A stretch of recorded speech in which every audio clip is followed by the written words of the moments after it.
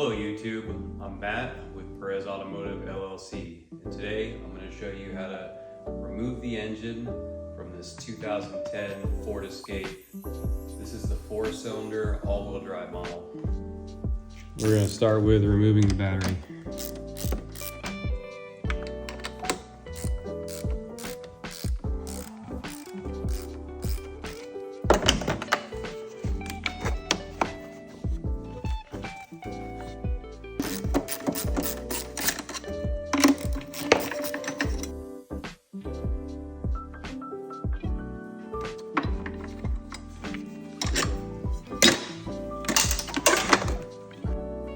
Next, remove the battery tray.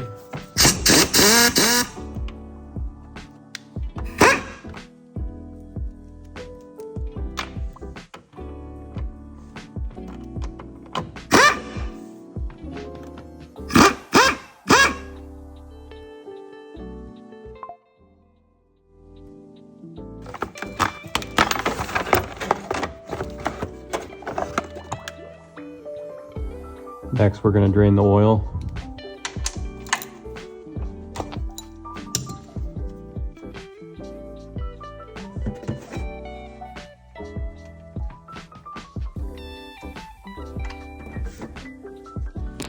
Next, we're going to come up here and drain the radiator. I attached a hose here so that we wouldn't make a mess.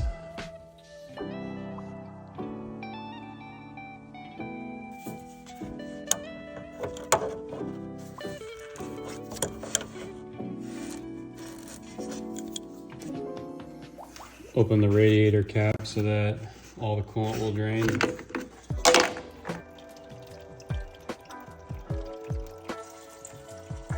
Slide this white tab over and push down, and then wiggle, twist, and pull up. Remove that hose. Now remove this clamp. Disconnect your mass airflow sensor. Now we're going to flip these, pull up, and pull off the throttle body. Pull this whole thing off. This is your belt tensioner here. It's a 15 millimeter. Unplug this middle connector on the PCM and also this connector. Get a screwdriver or something and push down on this red tab. Pull up on this vacuum line. If you don't have one of these tools, you need to quit being a cheap bastard and buy one.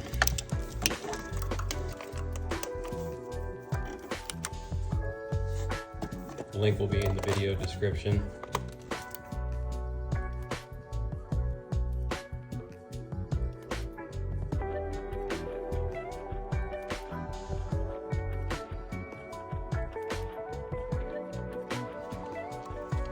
Pair of channel locks will work well. Get these unstuck.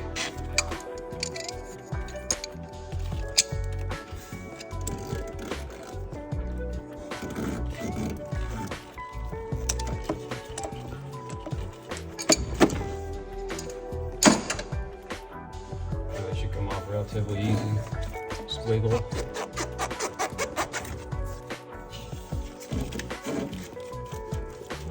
And pull. We're going to remove these two clamps as well and pull the hoses off the same way. Sometimes these work better.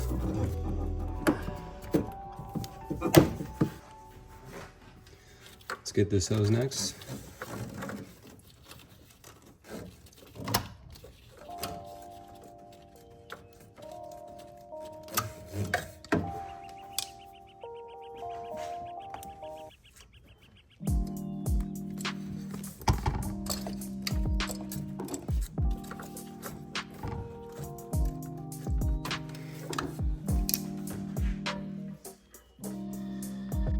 Go ahead and pop this off. This is holding one of your heater hoses to the intake manifold.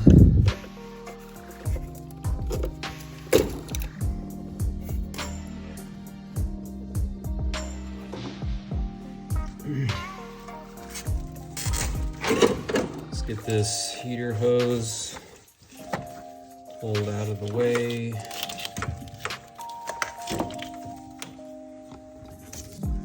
Just tuck it up here. Pinch these two white tabs, pull up, twist, pull up. Same thing with this vacuum hose. Just tuck it out of the way. This upper radiator hose you can just tuck over here this way.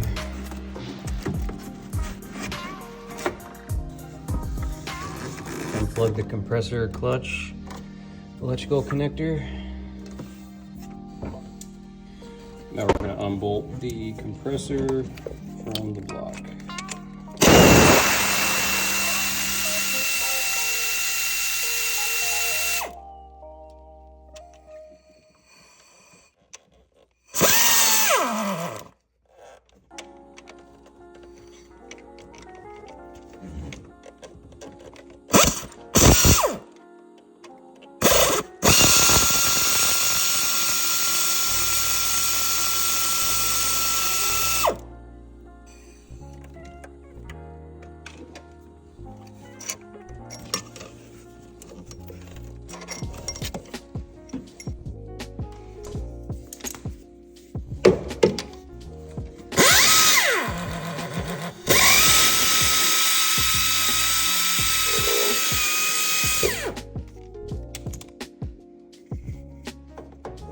You don't need to drain the Freon or remove the hoses.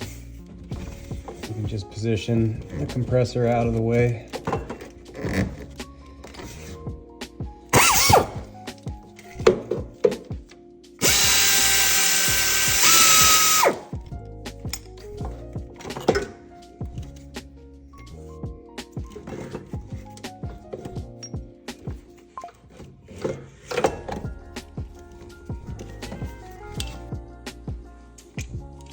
Go ahead and get this while you're down here too.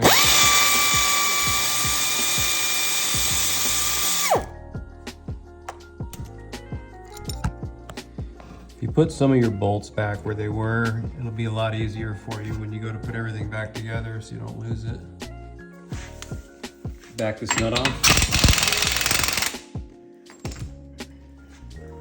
Give it a tap. All right, we sprayed that down with this. Let it sit for a while.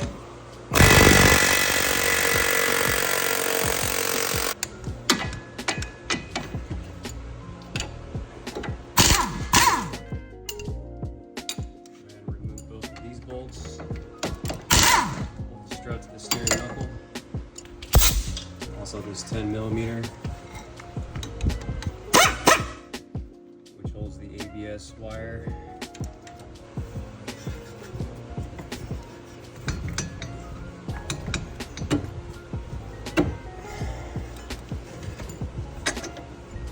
Out. A little easier if you do this.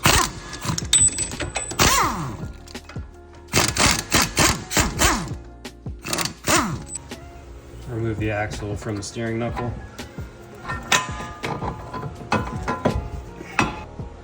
You're gonna need a deep socket and an extension to remove this. Another here. Carefully remove the spark plug that some mechanic left here. And remove the entire CV axle. Whenever you're removing a CV axle, always make sure you put a pan here, just in case. Hey, what's that? Ooh, my lucky day. Thank you, previous technician. Remove these two 13s.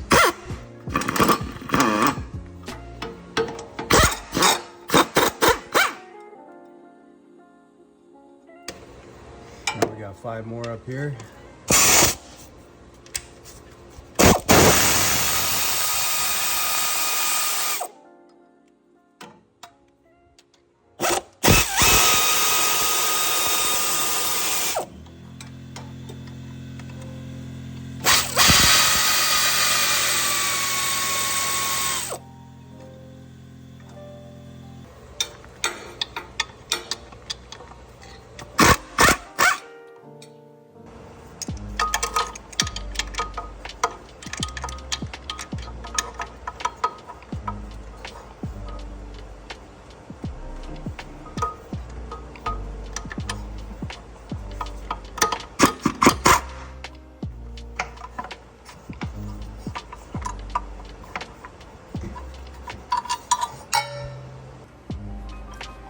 got one more bolt here at the very top. It's really hard to see, but it's up there. I use that to get the last bolt out. I'm going to take this off.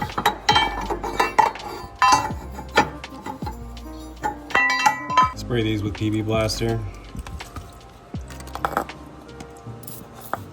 Now remove these two nuts.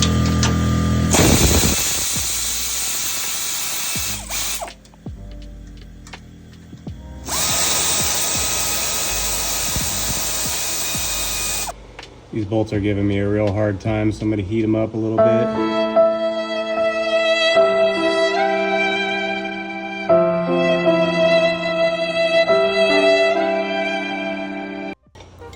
I'll go ahead and remove these.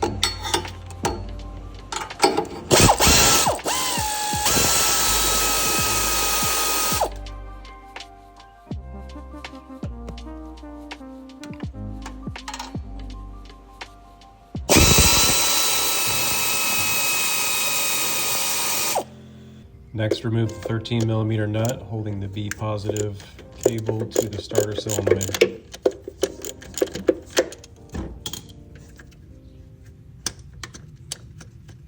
And then the control wire is a 10mm.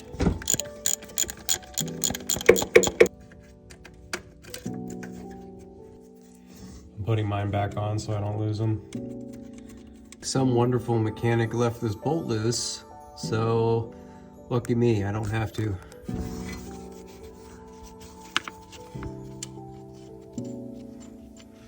You'll be using a deep 13mm to remove the other starter bolts right up here. You can also get to it with a deep 13mm and a ratchet. After you remove this nut, you can put your ratchet back on there and remove the stud. There is a plastic wire holder on the stud. That's the reason why the nut is on there. All right, now you can go ahead and yank your starter out. Remove this little rubber thingy. That's the technical name. And now we have access to the torque converter to flywheel nuts. I'm putting my studs and my rubber thingy back so I don't get everything mixed up or lose anything. I'm also putting this on top of the starter so I don't forget to put it back in first before the starter. You'll need to rotate the crankshaft pulley bolt, which is a 21mm, until you have access to the torque converter nut.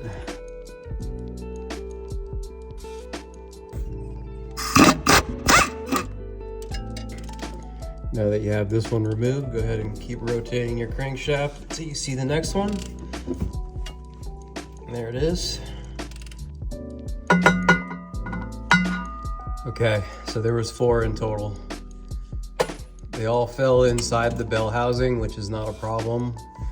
We can retrieve them once the engine's out. However, when you put these back in, you cannot drop them in the bell housing. You have to be very careful not to drop them.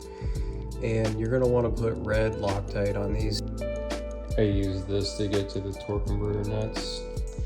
These are your bell housing bolts. They are 13mm. There's 2 there, and then the other 2 are up here. You're gonna wanna use something like this. That's what I used.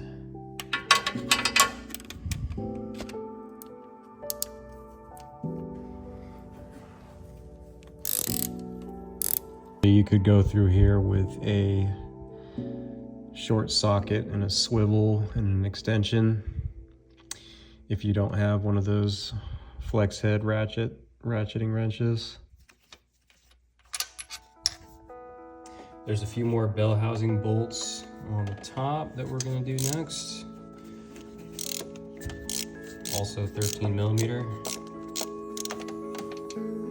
Another here.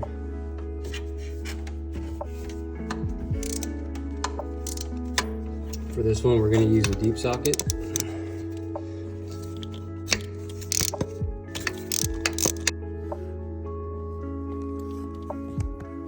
This one comes out next. Another one here. This bolt is not going to come all the way out. This bolt right here has to come out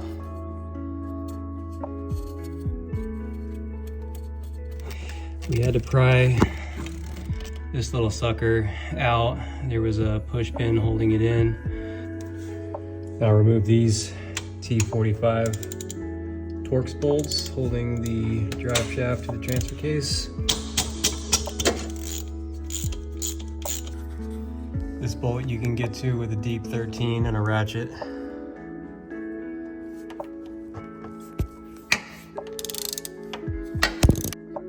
Next, you're gonna remove this. It's an E14. I'll take out that bolt and that one. Same size, E14. Pull your transfer case out now.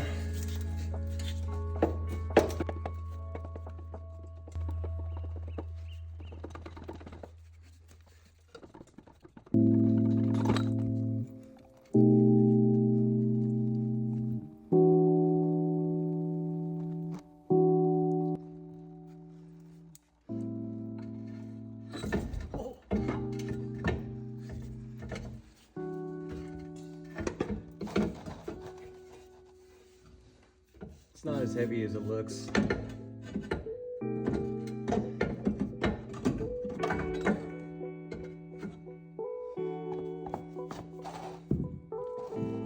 Now that your transfer case is out, you can fully remove this bolt that you couldn't before. I got another bell housing bolt down here.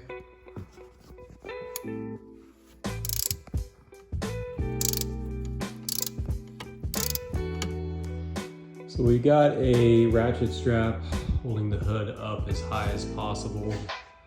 Hopefully I won't have to take the hood off, but the crane is in position.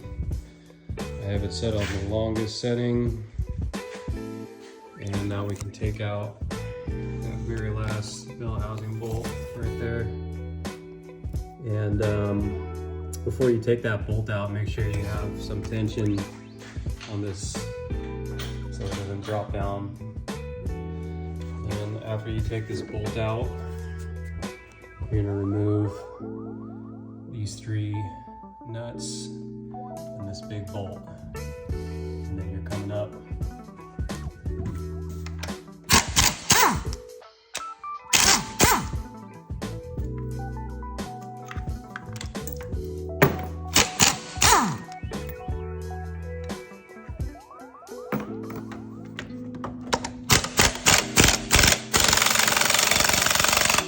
At some point, somebody replaced this motor mount and they stripped this bolt.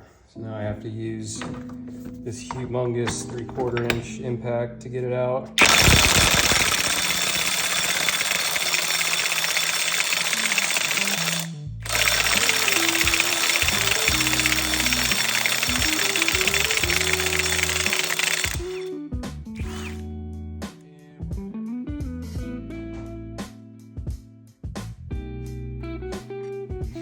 We're gonna remove this tank and the motor mount below it to give us more room.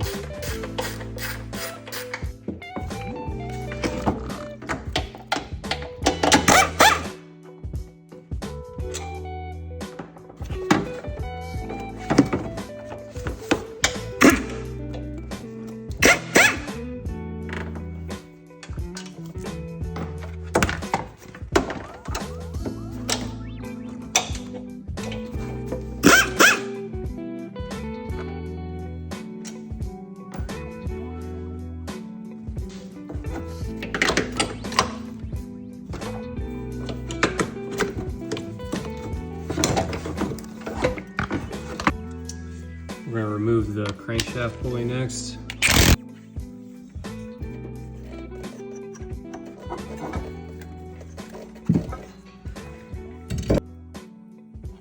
One more connector.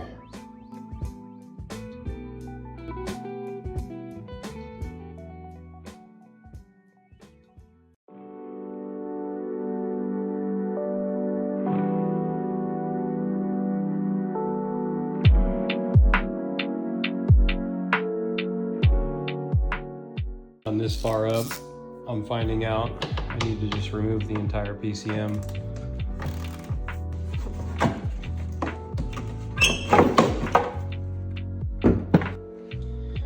Okay, I forgot to take this fuel line off, so we're gonna go ahead and do that.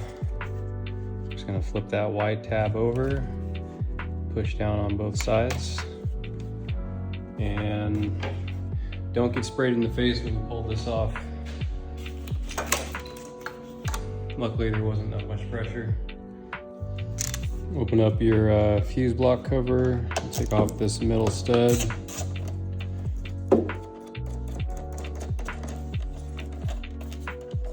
Just put that back. Also take off this ground cable and loosen this wire from this.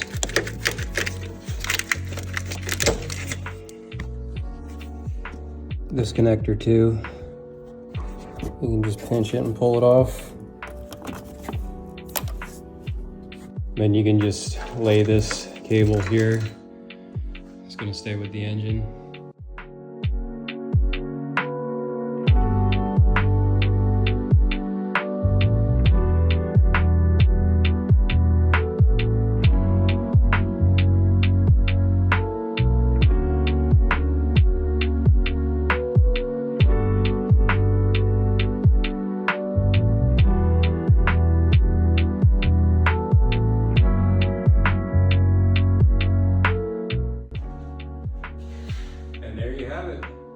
It's out.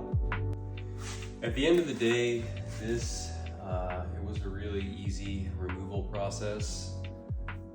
If you're getting a new engine, take this exhaust manifold off and the alternator before you pull the engine. It'll make things easier, and you'll have to swap everything over to your new engine anyway.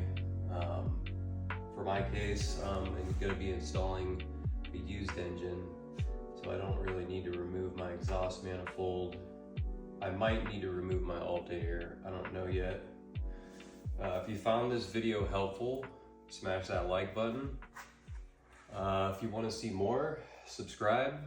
And if you have any questions, feel free to send me an email or just call me. I'm happy to assist any way I can. Thanks for watching. See you guys next time.